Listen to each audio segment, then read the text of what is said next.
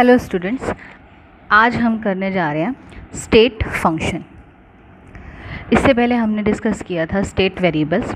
वैसे तो state function और स्टेट वेरिएबल्स में कोई डिफरेंस नहीं है, ठीक है। ना ही आप डिफरेंस करने की कोशिश करना, क्योंकि एक ही बात है, दोनों चीज़ें एक ही हैं।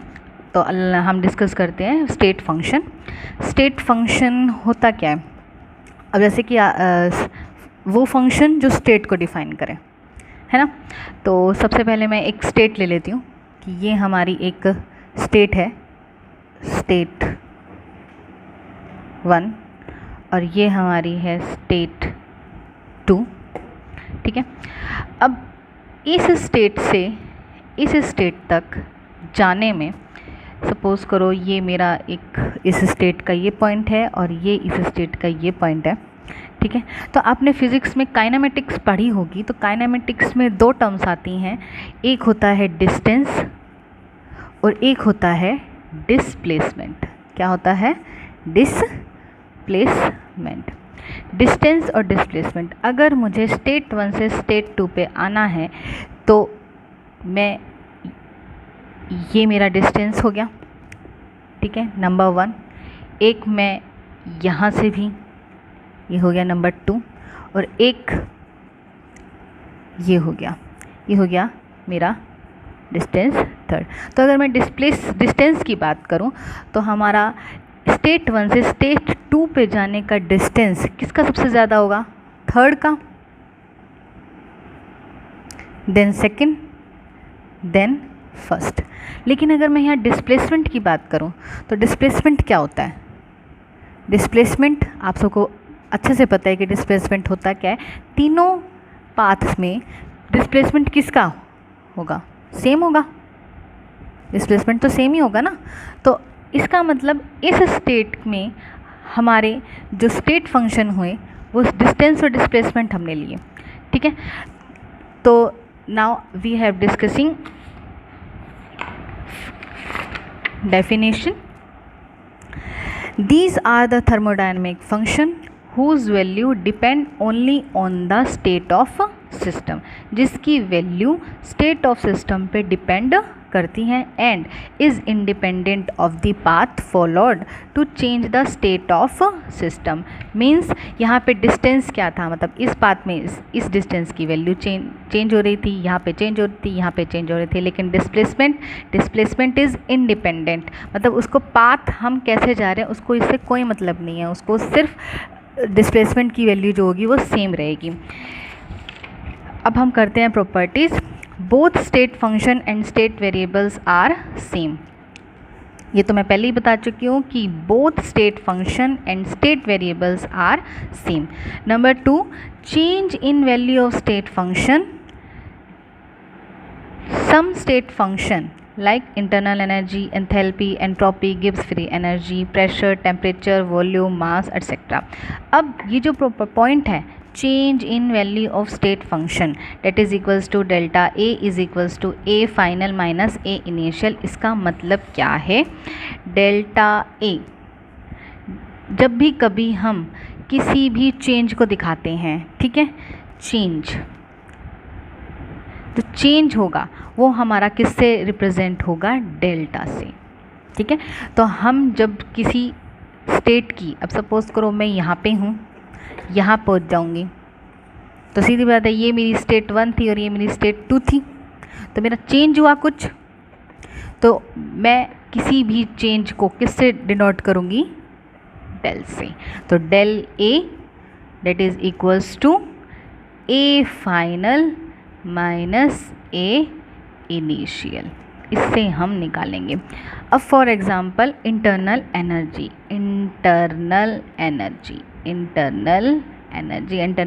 आप आने वाले लेक्चर्स में अच्छे से पढ़ेंगे। इसको हम लिखते हैं यू से। तो अगर मैं यहाँ पे चेंज की बात करूँ, किसी सिस्टम के चेंज की, तो उसको हम किससे लिखेंगे? Del U is equals to U2 minus U1, यानी U फाइनल, ठीक है, U final minus U initial.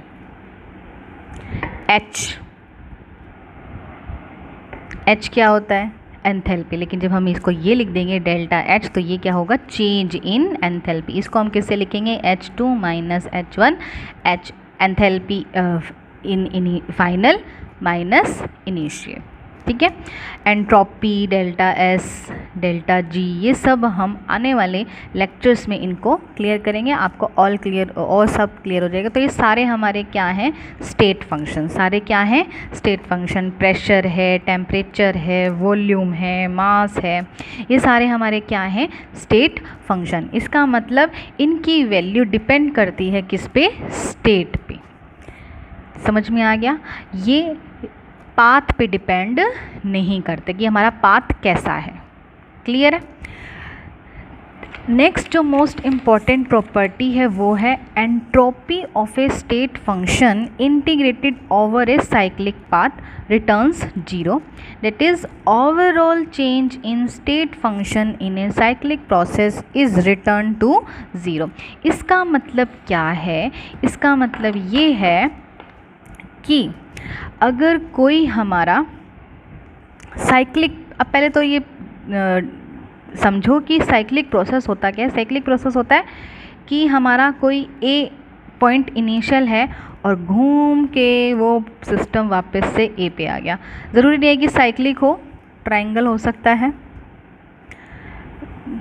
Square हो सकता है, लेकिन यहाँ पे क्या होगा, इसकी एक ये इनिशियल था, यहाँ से यहाँ आ गया, यहाँ से यहाँ गया, फिर वापस ये इसी पॉइंट पे आ गया। इसका मतलब अगर इस प्रोसेस में कोई चेंज हो रहा है तो ए इनिशियल की वैल्यू भी सेम थी और फाइनल की वैल्यू भी सेम हो गई, तो इसका मतलब A2 माइनस A1 क्या हो गया, सेम वैल्यू होगी, तो वो क्या हो गया हमारा ज़ीरो, वो क्या हो गया हमारा ज़ीरो। लेकिन अगर हमें ओवरऑल चेंज निकालना है तो ओवरऑल सपोज़ करो मेरा यहाँ पे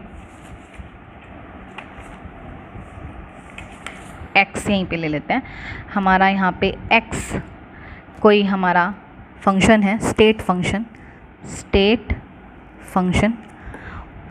अगर मैं इसको dx लिखूँगी तो ये क्या होगा, change, small change in state function, small change in state function. लेकिन अगर मुझे ओवरऑल चेंज निकालना है तो उसके लिए मुझे इसको क्या करना पड़ेगा, इंटीग्रेट करना पड़ेगा। क्या करना पड़ेगा, इंटीग्रेट करना पड़ेगा, और मुझे ये एक साइन लगाना पड़ेगा जिसको हम कहेंगे साइक्लिक पाथ।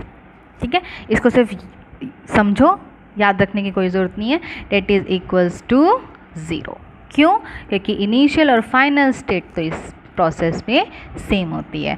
तो if integration of dx is equals to zero means x is a state function, और ये हमारी क्या है, प्रॉपर्टी ऑफ स्टेट फंक्शन। तो अगर स्टेट फंक्शन की प्रॉपर्टी आप लोगों से पूछ ली जाए तो आप लोग क्या क्या पॉइंट्स लिखेंगे।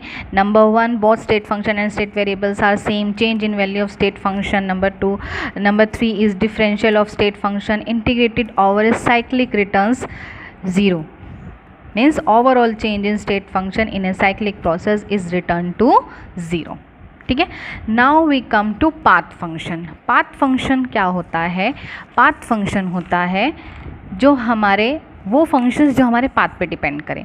ठीक है, these are the thermodynamic function whose value depend on the path follow to change the state of a system. मतलब जैसे ही हमारी स्टेट चेंज हो जाती है तो वो पाथ की से जाने वाले जो भी होंगे वो चेंज हो जाएंगे। जैसे स्टेट 1 था, स्टेट 2 था। ठीक है, यहाँ पे ये हमारा पाथ 1 है तो यहाँ पे हमने प्रेशर कांस्टेंट कर दिया, तो अगर प्रेशर कांस्टेंट हो गया तो ये पाथ कैसा हो गया, आइसोबारिक पाथ हो गया। और अगर हमने एक और पाथ लिया इधर से पाथ 2, अगर हमने यहाँ पे कांस्टेंट टेम्परेचर कर दिया तो इस पाथ को हम क्या कहेंगे, आइसोथर्मल। क्या कहेंगे, isothermal. Two very important properties namely heat and work are path function. Suppose करो कि ये स्टेट 1 है एंड स्टेट 2 है। ठीक है, तो यहाँ से यहाँ जाने में मैं हीट, ये हमारा ए पॉइंट है और ये मेरा सी पॉइंट है, और यहाँ पे मैं एक बी पॉइंट और ले लेती हूँ। तो अब मुझे ये बताओ कि ए से बी जाने में हीट सेम लगेगी, मतलब ए से सी जाने में हीट और ए से बी जाने में हीट सेम लगेगी, नहीं, ए से बी जाने में भी हीट चेंज हो जाएगी। फिर सपोज़ करो यहाँ पे आ रहे हैं कोई पॉइंट है डी इस पे, तो जैसे जैसे हीट चेंज होती जाएगी वैसे वैसे हमारी हीट की वैल्यू भी चेंज होगी, सेम नहीं होगी। ए से सी में भी डिफरेंट है, ए से बी में भी डिफरेंट है, ए से डी में भी डिफरेंट है। तो इस जिस मतलब पाथ हमारा चेंज हो गया तो हमारी हीट भी चेंज हो गया और वो वर्क भी चेंज हो जाएगा। क्यों? वर्क भी देखो उसी तरह से वर्क भी अलग अलग काम करेगा। तो दो इम्पॉर्टेंट पाथ फंक्शंस होते हैं हमारे, heat and work. There can be infinite value of path functions between two states depending upon path और process. Number 3, path function are also called indefinite quantities since between two fixed state the value of path function is not fixed। अगर हमने heat और work के reference में कहा तो दोनों state function के बीच जो फिक्स स्टेट है उनके बीच में जो पाथ फंक्शन है उनकी वैल्यू हमारी क्या रहेगी? डिफरेंट। फॉर एग्जांपल हीट और वर्क का जो हमने लिया, हीट यहाँ पे डिफरेंट, यहाँ पे डिफरेंट, यहाँ पे डिफरेंट, अगला कोई पॉइंट आ जाएगा उस पर डिफरेंट, और सी तक बिल्कुल, और ए से सी की तरफ जाएंगे तो वो भी डिफरेंट ही वैल्यू आएगी। तो path function is not fixed. Clear है? Between two fixed state. तो आज हमने किया है state function and path function.